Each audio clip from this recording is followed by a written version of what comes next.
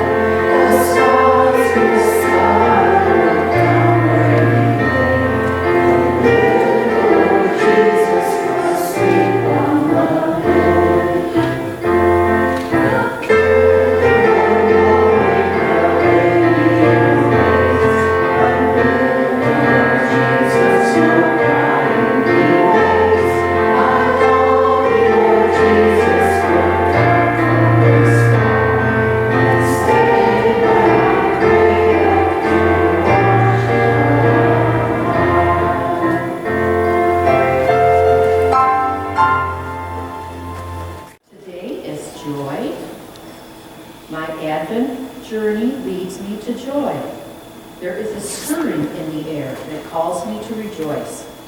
The imminent birth of the Christ into humanity is an exciting time. Joy is the welcoming of unconditional love and the deep knowing it is in the birthright of all worlds beings.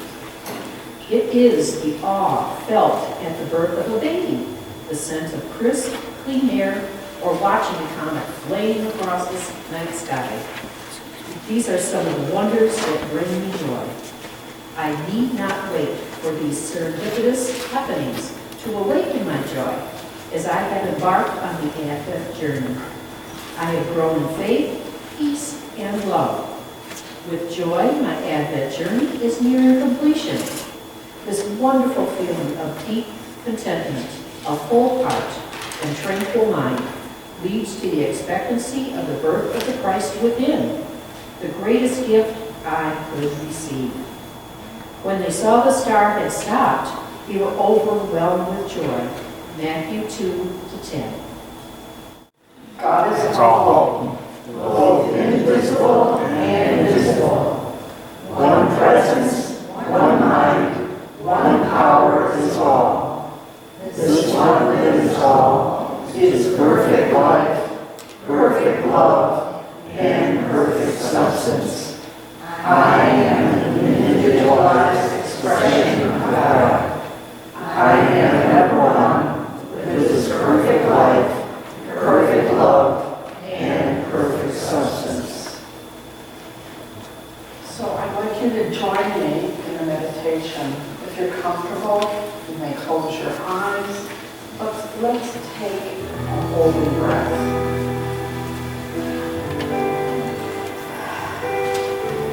And center ourselves.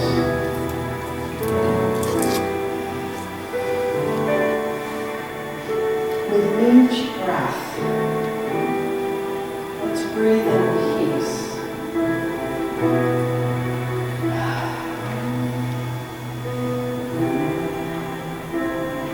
Peace. Peace. Be still.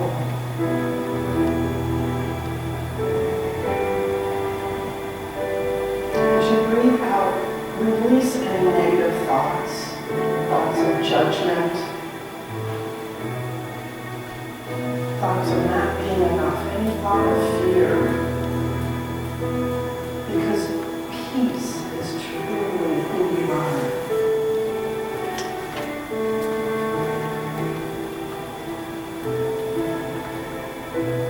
In this stillness, in this now moment,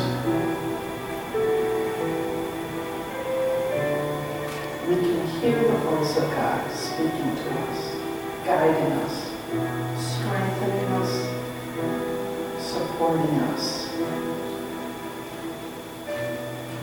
That voice of love and peace and joy speaks to you now.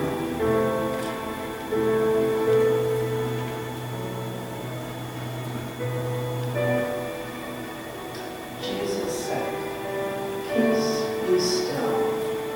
My peace I give you." We don't have to beg or we just have to allow it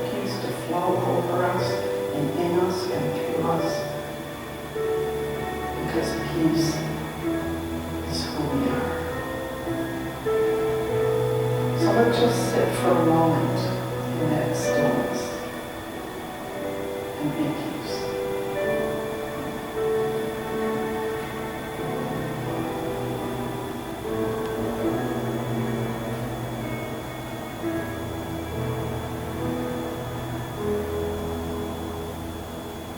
Thank you.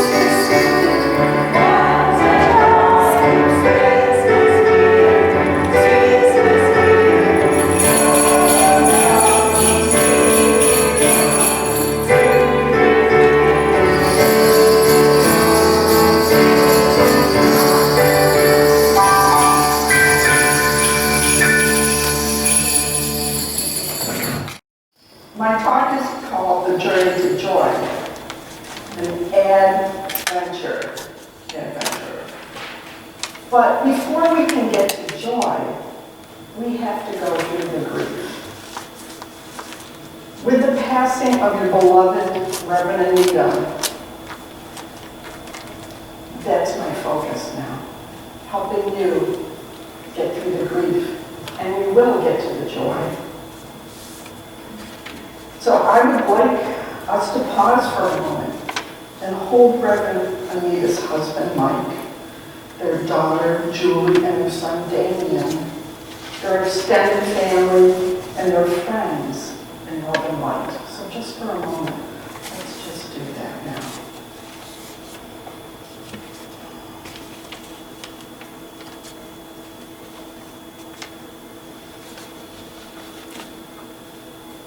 Thank you.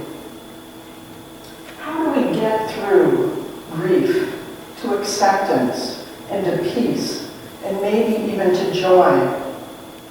Everyone who has loved and cared for Reverend Anita is grieving in their own way. It will look different for each person. And many of us, or many of you, have added stress from the holidays, maybe financial stress or challenges, family or health challenges as well, on top of that grief. So what is grief? Grief is a process. And the first step in this process is acknowledging what you are going through, to allow your feelings and emotions to rise to the surface and become aware of them. Not to stuff them and pretend you're fine when you really aren't. Or not to minimize the loss. We acknowledge the wound before we try to heal it. Now, yes, you can have both grief and joy and float back and forth between the two. In Robert Brunett's book, Finding Yourself in Transition, he writes, every ending is a loss, and grief is a normal response to loss. Grief is a painful emotion, and we instinctively try to protect ourselves from that pain. There are different stages or responses to grief. One common, usually early response is to feel numb, confused, maybe even lost a little bit. Anger or guilt is another response. For example, you could be angry at the doctors. Why couldn't they fix or cure that person that you loved? Sometimes even angry at the person who's passed. Why didn't they get help sooner? Why didn't they take care of themselves? You might even be angry with God. Why did God take this beautiful, loving person? And guilt is another thing. Sometimes we think we should have seen something that we couldn't see, or we should have prayed harder. We should have done more, been more. But self-compassion needs to come into play here. We all do the best we can. Depression, deep sadness can be another symptom. Feeling overwhelmed and lethargic. And I want to tell each and every one of you, if this is persistent, please seek help.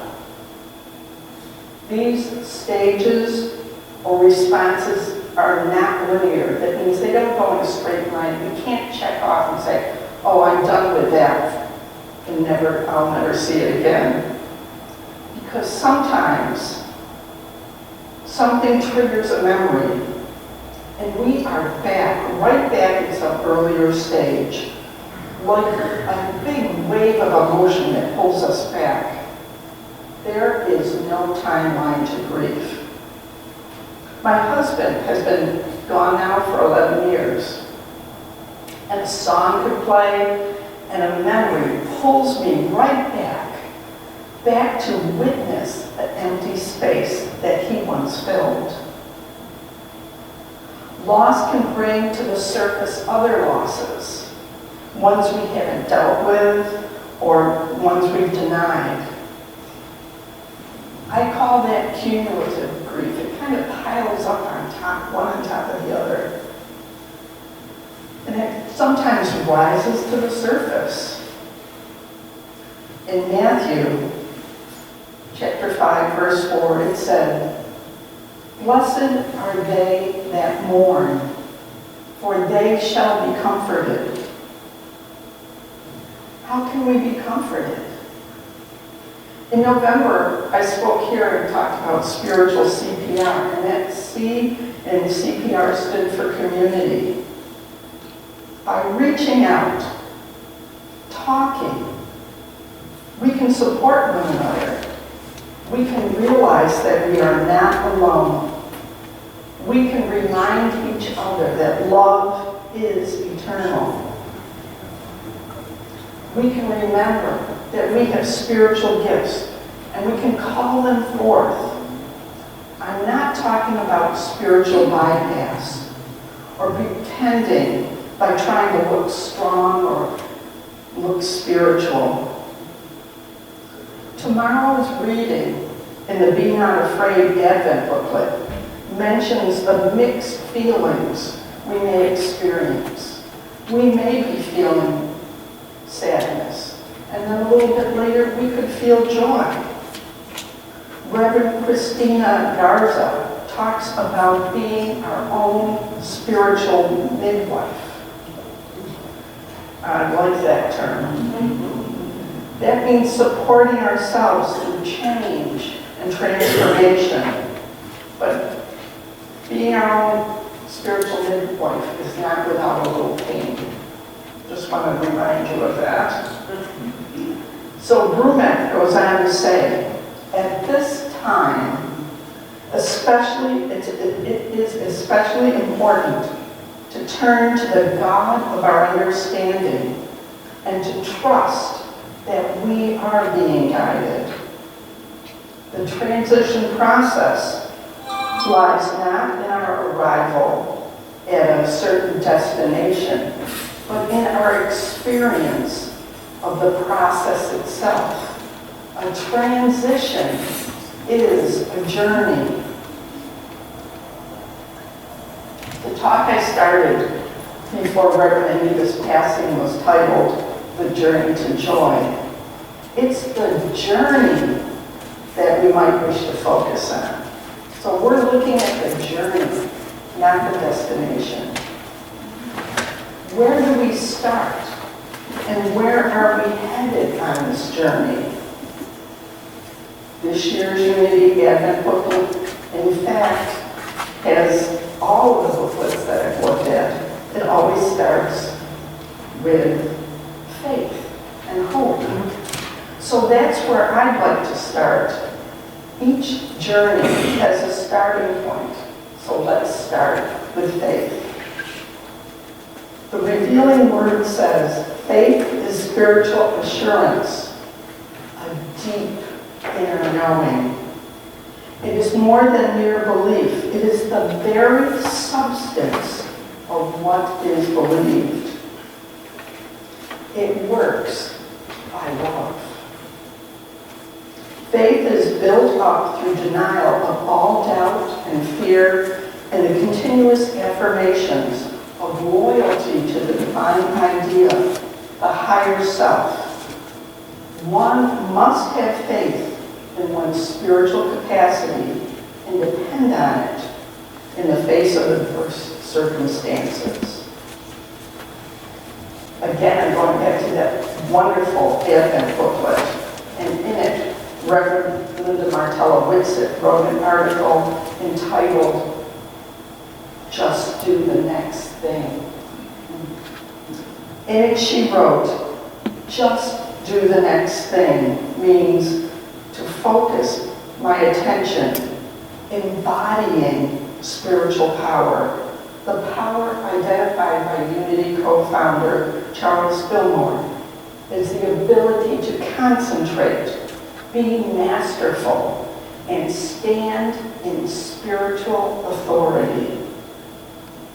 By concentrating on that one next thing, as simple and practical as possible, I interrupt confusion and questioning, and I center my mind and action in the present. To me, that really sounds like faith.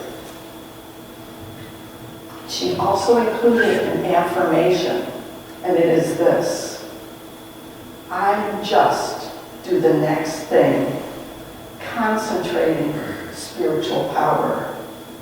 I choose the easy way. I go through the open door. I follow the clear path.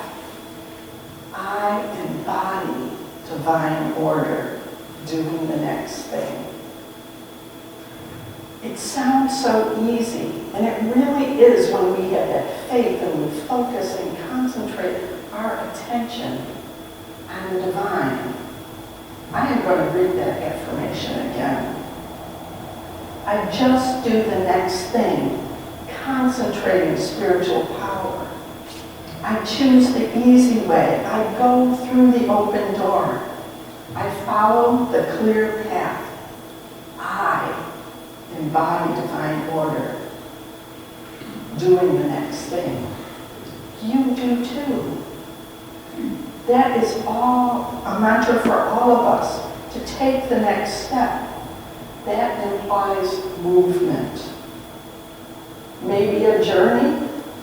In the Christmas story, Mary and Joseph journeyed to Bethlehem, as did the wise men. And how did they do this? They took the next step, and the next, and the next. They had to have faith, and they demonstrated it.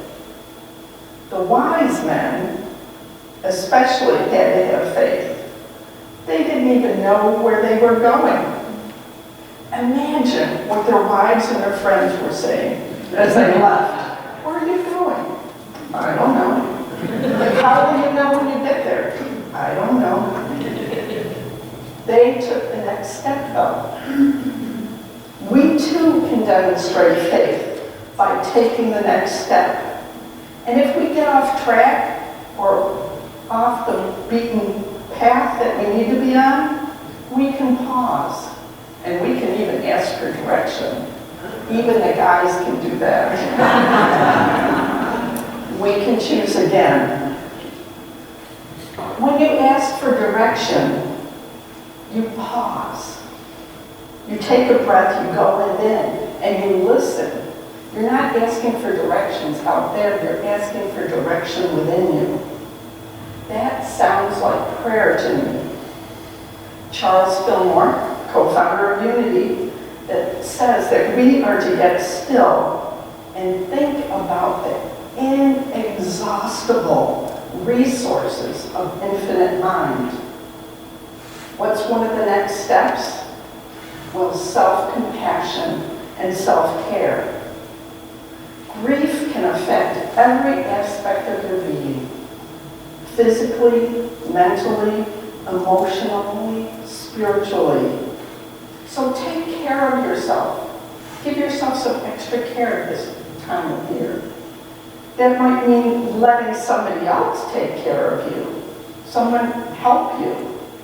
Get your rest. Eat healthy meals. I don't know how much I'm going to do that. Healthy meal part. But move. Get some exercise. Be extra gentle and tender with yourself as you might be going through that grieving process. Peace was the theme of the second week of Advent. The revealing word says peace is harmony and tranquility. It's derived from the awareness of the Christ consciousness. Some of the thoughts gleaned from the readings of that week were to direct our words and thoughts with compassion and kindness.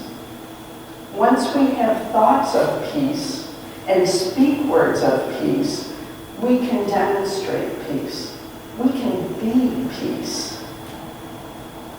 We can embody that peace. At any time, I can choose to pause, remember, and choose to anchor myself in peace. That doesn't mean there won't be waves, but I am anchored in the truth of who I am, and I'm not tossed about by circumstance. Journaling, having a support system, reading, prayer, meditation are all useful tools, anchors that we can hook onto. And I'm sure you can think of other tools as well. Drumming, for example, or Reiki.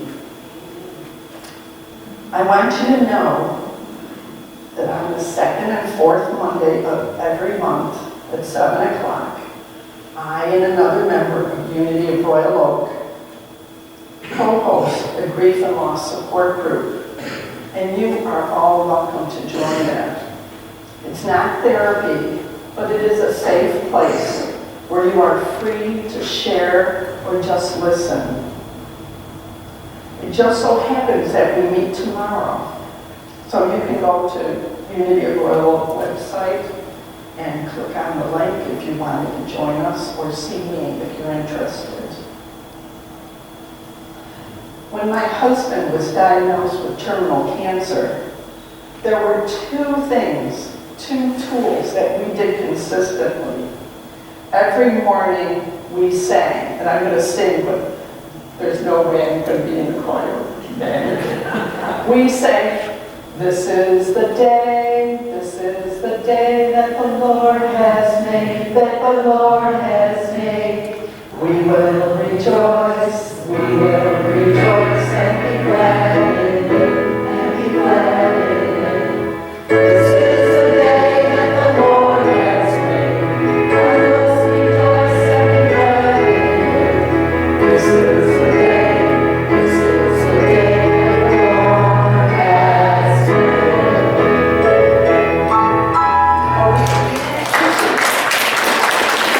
Thank you. We can take it on the road. But we sang in the middle of his cancer. We, every day, would try to find something to be glad about. When my husband was too weak to sing the whole song, I sang the song and he would go, "Whoopee." That's the best we could do, but he did his best. And that is what, setting that intention to find joy in the day, that really was helpful. The other thing that we did is we read. And one of my favorite books was, and is, God Will See You Through by Mary Capferly. I can turn to almost any page, and as I read, I feel comforted, supported, and loved. And I'd like to share just one paragraph of her book right now. And it's from the chapter called God is in the Experience. If you are going through a challenge right now, let me assure you, God is in this experience. He is within you as a sustaining strength and calming peace. He is within you as the light and wisdom and perfect guidance. He goes before you as a gentle protection and tender love. He is the very substance of supply for your need, the very essence of good that will emerge from the difficulty. God is in this experience. Didn't that feel comforting? Just loving. Every paragraph of this book brings me comfort. The third week of Advent was focused on love. Lately, I've seemed to be quoting a lot of Unity's fifth principle. It's not enough to know the truth. You must live the truth you know. I'm going to hire her.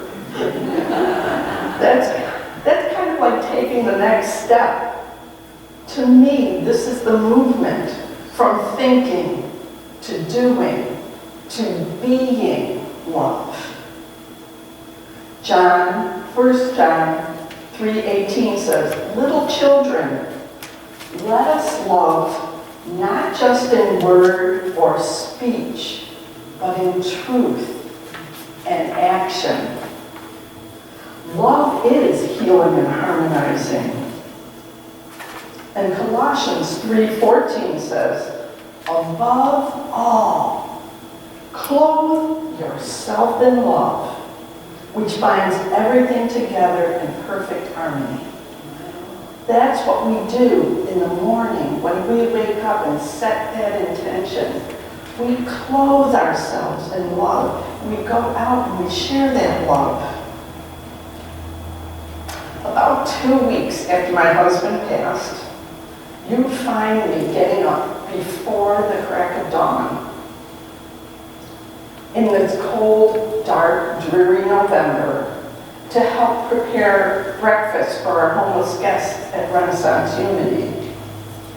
After our guests were fed, I would inventory our food supplies and make sure we were ready for the next day, the next meal. It sounds like a lot of work, doesn't it? Doesn't it? I would have to get up at like 4 o'clock in the morning and head out. But me up and out the door, it really saved me. It was an incredible blessing to me. Yes, it was an incredibly early time in the morning, but I had a purpose, and I knew I was making a difference. I'd like to remind people that they can honor a loved one by recalling their endearing qualities and taking them as their own. Incorporate that quality or qualities into their lives. For example, my husband was very thoughtful and generous. When we go to a restaurant, he would look around and try to find a little old lady and pay for her meal without her knowing. Now I'd probably be the little old lady. But I try to do that now. Try to incorporate, embody those lovely qualities. And you can do that for Reverend Anita. She just seemed like an incredible person. And if you just take one of those qualities and focus on it and live that quality, that's quite the honoring of her. I can't think of no better way to honor someone. Philippians 4, verses 8 to 9 from the Living Bible says what I'm trying to convey. And now, brothers and sisters, I have to add that. They don't always do that. As I close this letter, let me say this one more thing. Fix your thoughts on what is true and good and right. Think about the things that are pure and lovely. And dwell on the good things in others. Dwell on the good things in others. Think about all you can praise God for and be glad about it. Keep putting into practice all you have learned from me and saw me doing, and the God of peace will be with you.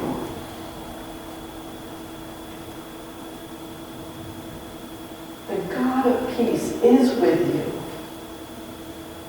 Love is within you. Joy is within you. This loving community can support one another. You can get through anything.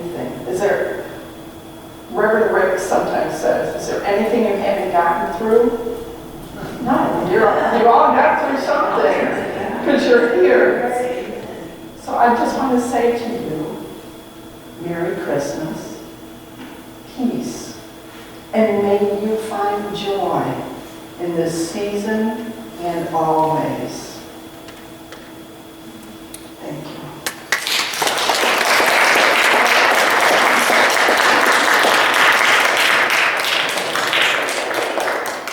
Please join me in the Lord's Prayer.